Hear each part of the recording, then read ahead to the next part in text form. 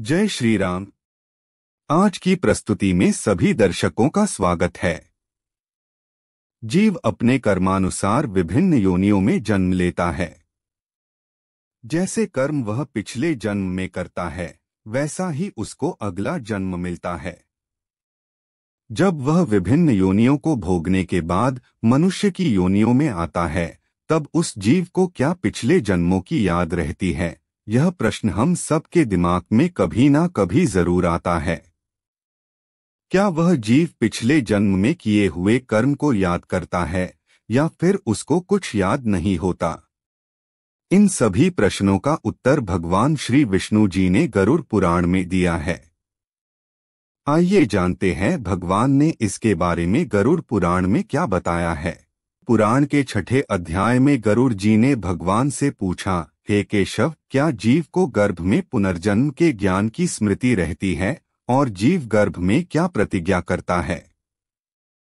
इस पर भगवान श्री विष्णु जी ने गरुड़ को बताया कि गर्भ में जीव को भगवान की कृपा से अपने पिछले सैकड़ों जन्मों में किए हुए कर्मों की स्मृति रहती है।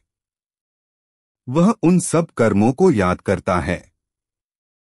वह जीव भयभीत होकर हाथ जोड़कर भगवान की स्तुति करता है, जिसने उसको माता के उदर में डाला।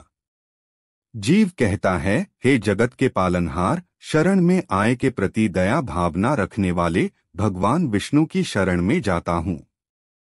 हे नाथ, मैंने अपने परिजनों का हित करने के लिए पाप और पुण्य कर्म किए हैं, लेकिन अब इन कर्मों को मुझे अकेले को भोगना है। जिनके लिए मैंने ये सब कर्म किए वो आज मेरे साथ नहीं हैं। यदि इस गर्भ से मैं बाहर आ जाऊं तो आपके चरणों को हमेशा ही स्मरण करूंगा और ऐसा उपाय मैं करूंगा जिससे ये जन्म मरण के चक्र से मुक्त हो जाऊं। इस जठराग्नि में जलता हुआ मैं कब बाहर निकल पाऊंगा? जिस दयालु परमात्मा ने मुझे यह विशेष ज्ञान दिया, मैं उन्हीं की शरण में जाना चाहता हूं ताकि यह जन्म मरण से मुक्ति मिल सके।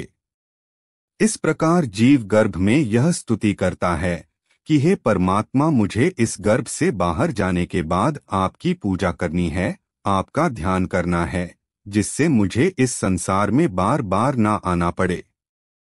लेकिन जीव को गर्भ से बाहर आने के बाद कुछ याद नहीं रहता और वह उन्हीं कर्मों में लग जाता है जो उसने पिछले जन्मों में किए थे। आज की प्रस्तुति में इतना ही। ऐसी और वीडियो देखने के लिए हमारे चैनल के साथ जरूर जुड़े। धन्यवाद।